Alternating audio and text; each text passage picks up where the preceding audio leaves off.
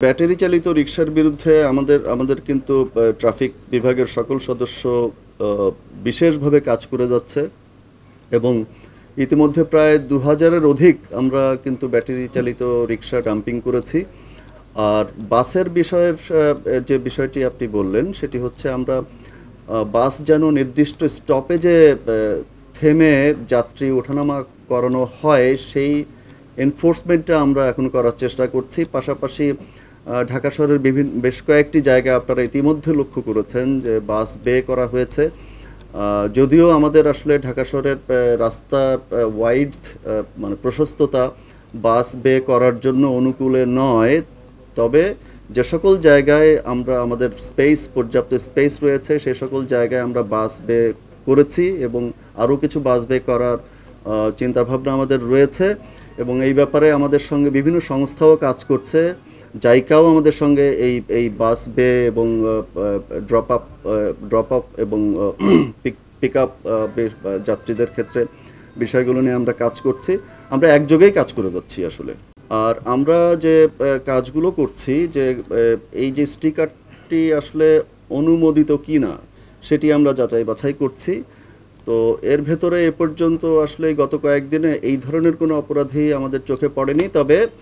Detective ব্রাঞ্চের এর আগের বিভিন্ন সময় বিভিন্ন অভিযানে বেশ কিছু অপরাধী এই অননুমোদিত স্টিকার ব্যবহার করে, লাইক পুলিশের স্টিকার ব্যবহার করতো বা অন্যান্য যে কোনো জনগুরুত্বপূর্ণ সংস্থার স্টিকার ব্যবহার করে এই অপরাধগুলো চালিয়ে আসতো এবং সেই ধরনের কিছু নজিরও আমরা ইতিমধ্যে পেয়েছি, যে কারণে আমরা এই ধরনের অননুমোদিত স্টিকারের ব্যবহারের বিরুদ্ধে আমরা আইনের সর্বোচ্চ প্রয়োগ করছি। আসলে ঢাকা শহরের ট্রাফিক ম্যানেজমেন্টের ক্ষেত্রে এ পর্যন্ত আমরা সকল চ্যালেঞ্জই গ্রহণ করছি, তবে আমরা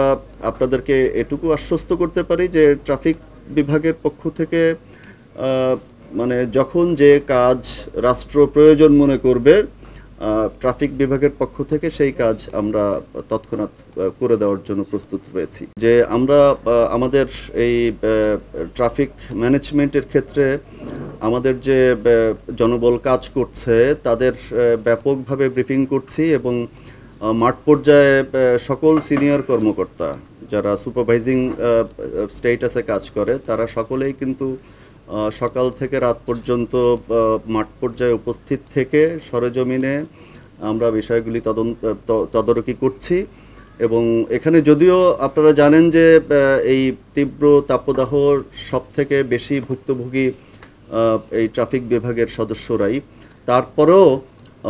আমরা কিন্তু এই কষ্টটি মাথায় রেখেই মেনে নিয়েই, কারণ আমরা আসলে আপনারা জানেন যে পুলিশ বাহিনী একটি জনবান্ধব বাহিনী এবং মানুষের কল্যাণের জন্যই আমরা এই পরিশ্রমগুলো করে থাকি।